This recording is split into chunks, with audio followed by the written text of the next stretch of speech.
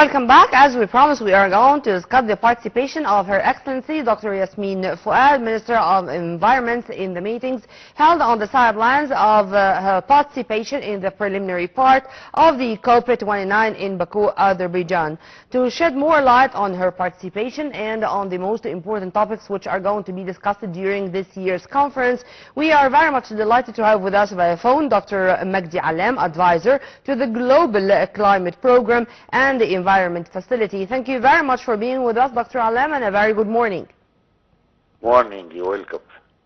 Sir, before going into details of what's going on around us and how the climate change is affecting it in many aspects, or in all domains to be accurate, let's know more about what's new on the agenda of talks in this edition of the COP conference, or the climate conference. Are we still discussing the same issues we have been discussing through the last editions, or this year it's going to be different? It seems it will be different, at least for some of main items related to, for example, the budget allocated for the total share of other partners, not only on the ex-partners, and of course after Egypt and the Emirates, there is a good hope for COP29. Then COP29, in the duration from 9 to 11 October, there will be some negotiations for the climate resilience and the climate adaptation, and of course there will be another event as usually being in November every year.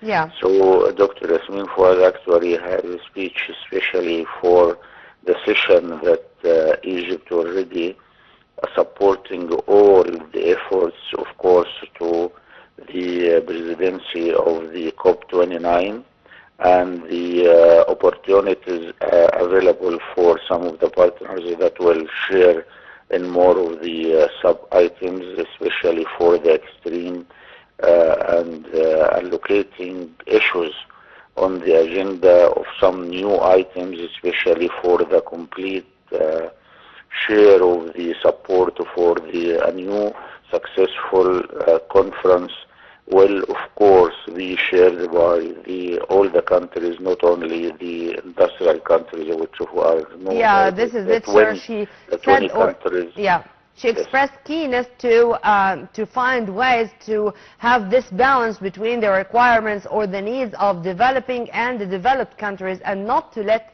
the developing countries pay for the very dear price of climate change, and I'm not going to say bear the responsibilities, but unfortunately to bear the burden of the negative repercussions of the Industrial Revolution and the likes. How do you see this, sir? Of course, the 20 countries who are leading the energy all over the planet, and those are 20 countries are actually the polluters, initiating for all the negative impacts of of the extreme events, of the acute disasters that we are facing on our planet Egypt. So they cannot say that we don't care about this. They cannot say that, because it is actually their main responsibility, starting using the coal and then transferring it to the petroleum. And nowadays we are completely to change for another era of the petroleum, maybe in 20 or 22 years maximum, resting for the all new trends, especially for the solar energy. The solar energy will replace, of course, completely the fossil fuel and the petroleum energy, to be changed for what's called the green economy, and which is based on the separation between hydrogen and oxygen, and the hydrogen will be the blue hydrogen, will be the new era for a new energy, a clean one, respecting, of course, all the ecosystems, no dangers for the creatives, either for the planets or for the trees or for any of the fishes or other of the birds. So we did lose up to 35% of all the creatures and the vegetations and the planets, and of course afforestation, like being done in Brazil, for example, to do the high dam of Brazil. They are cutting at least 1/3 of the total afforestation of the planet Egypt, which is actually one of the very extreme damage that destroying the basic life for the people and other creatures. Actually, I must of course share to Dr. Yasmin Fouad for her sharing and for the mitigation and adaptation also, which is the main two items and pathways that needs of course some support for the financial, extreme financial and quickly financial support for the developing countries. For example, the Africa as a continent has no share in increasing the greenhouses, but they are paying the cost of the development for other countries, and without any support or replacing for some funds for the African countries to have some of sharing the new trends of the climate resilience and the climate adaptation methodologies, which needs of course some at least basic needs for supplying the budget requested for more modernization, for more the mechanisms and reporting the financing issues we have. Because in my humble opinion, sir, it's not about finding mechanisms, it's about how to implement these mechanisms on the ground for the best interest of all, to be a win-win situation between developed and developing countries, if you agree with me on that.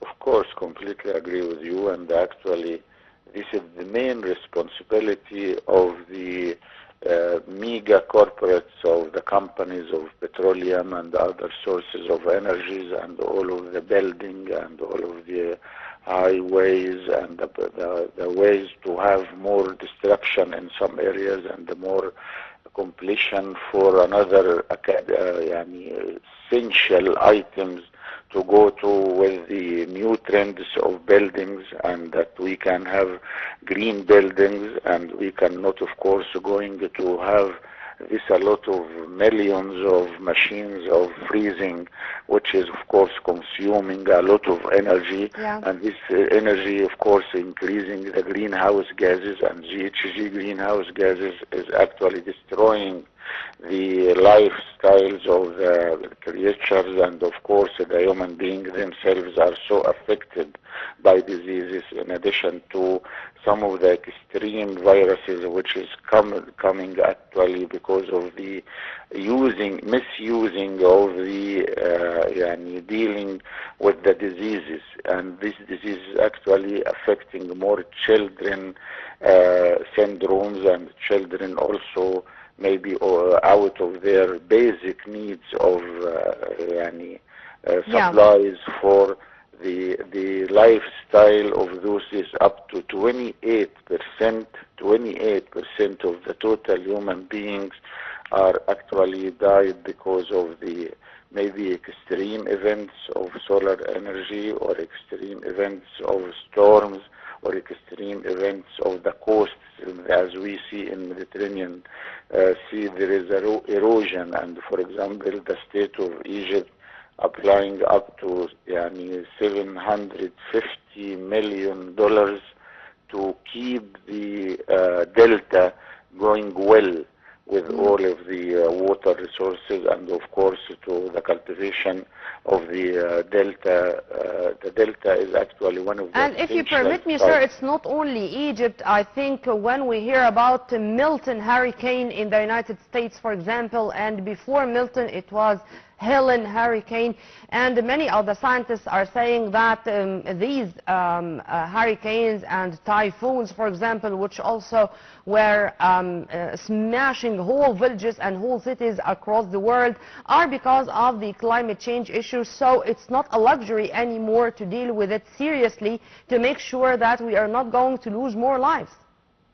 You're right, of course, and the extreme events actually is apparently nowadays destructing a lot of ecosystems, and of course this is costing many of the countries, including Egypt, to pay more of money to assure that they can, the delta, we didn't lose it. So, for example, Egypt paying up to $750 million to restore the delta region because of the high extreme events of the storms, of the water waves, and this is actually another impact on the nutrition itself. We are trying in Egypt to apply the nexus of the three parameters, including energy, food, and water.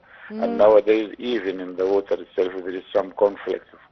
For example, with some of the countries on the Nile River basic needs, there is some of course that negative impact being done by using a lot of new buildings, either high dams or another dams, and this is actually must be done in cooperation with Egypt, for example, to agree together how we can use of the water resources, even if it is out of border of Egypt, but we are nearby. And we are having the main resources of water and the main resources of food, the main resources of energy, and this is the same sun that giving us the energy all over the planet Earth to keep the continuation of the creatures, starting from the small. And it's our role whether to keep our sun as a source of life or a source of death. But, sir, when you mentioned blue hydrogen, for example, you mentioned it as one of the future sources of energy which is going to save or to rescue the planet in general. Of course, blue hydrogen, green hydrogen, solar energy, wind energy, you name it. In your opinion, how much should it take to really depend on these sources and to forget all about fossil fuel? It's actually, according to the acceleration of each country, in what extent they are doing this transfer from the traditional energy sources like petroleum or coal or other kinds of energies, and to transfer gradually from the fossil fuel and the traditional energies to the new and renewable energies. When we are naming the new and renewable energies, we are focusing, for example, for the solar panels. The solar panels actually is the new trend of energies and clean energy and good energy and no impact or negative things on the ecosystems. And we have, of course, some problems of arid lands and semi-arid lands. We have up to 12 million feed-dens in Egypt for cultivation. Some of those millions of cultivations of land destroying some of the resources because of the maybe over population of housing, and the housing must be out of the delta and keeping the delta for the production of the food, not for the building, and the building as we now And this is what we are doing. Simply, it's one of the state's priorities to cultivate millions of fiddens to make sure that we are going to turn the yellow sand into greeneries. Sir, since you mentioned also Egypt and the projects and the attempts to try to find solutions for all these problems, even President Abdel Fattah al-Sisi in his recorded speech in front of the 7th Cairo Water Week said that, and said that the state is going to continue exerting the utmost efforts to maintain our water security because it's a matter of life and death. How do you see the important topics which Egypt should introduce or should display, should explain in front of the whole world in the coming gathering, which is going to gather all countries from all over the world, in addition to businessmen, in addition to NGOs, in addition to heads of governments, you name it? Actually, I think that the Minister of Foreign Affairs of Egypt has a good statement in his speech for the problem of the water resources and the conflict of water resources in the planet Africa. And in Africa continent, we cannot separate it. Someone in Ethiopia, or other one in Somalia, or other one in Egypt, or there is no borders to stop the borders between the main streams of water coming from the extent of the south of the continent of Africa. And there must be, of course, a cooperation on all water resources, like in energy resources and like soil resources. We cannot say for the water resources, this is mine and the land is yours. And there is no separation between the ecosystem. The ecosystem is one system. Some people can see that it is different. No, it is not different. It's one continent for one human being, for the main items of the energy, for the main energy, for our main items for food security for children. We are losing up 23 million children and women because of the drought and because of the semi-arid lands and because of the losing of resources of food and resources of water, resources of energy. Those are basic needs of the human being. No one can say this is mine and it is not yours. There is no borders on the climate. There is no borders on the sky. There is no borders on the surface of the water resources all over the planet Earth. It is actually one planet for one population, for one human being, including the children, human, and of course the women. And the stress that being on the women and children is so extremely unbelievable because of the high tolerance of more consumption of money for some sectors, and out of the other sectors they cannot have the same equality, to have the same energy, to have the same food, to have the same water. Next us the triangle which is leading all of the items all over the planet Earth cannot separate this. It's one Earth and it's one people and it's one children. Then this should lead us, sir, to ask this question about the necessity of raising the awareness of people of the importance of living in an environmentally friendly atmosphere. Of course, the ecosystem or the eco-green era is starting nowadays. The traditional fossil fuels cannot continue forever. Maybe maximum 40 or 35 will be end all of this fossil fuel at all.